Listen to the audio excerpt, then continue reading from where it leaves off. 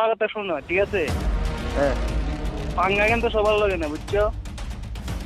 আমরা এখানে পুরানো মানুষ, বুঝছো নি? আচ্ছা নতুন না যে বাংলাদেশ থেকে আইছি, বুঝছো?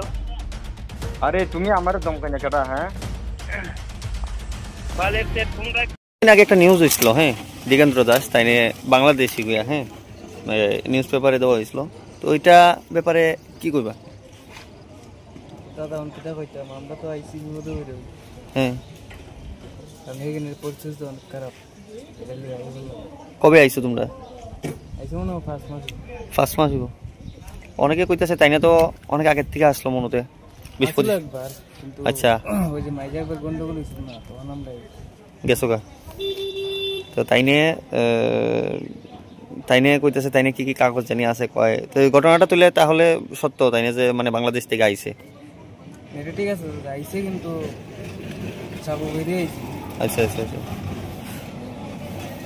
তাই না? নামটা কিটা? দিগেন্দ্র দাস। বাবার নাম? বীরেন্দ্র দাস।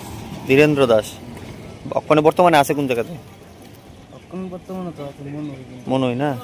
আর তোমার নাম? আমার নাম রাজীব দাস।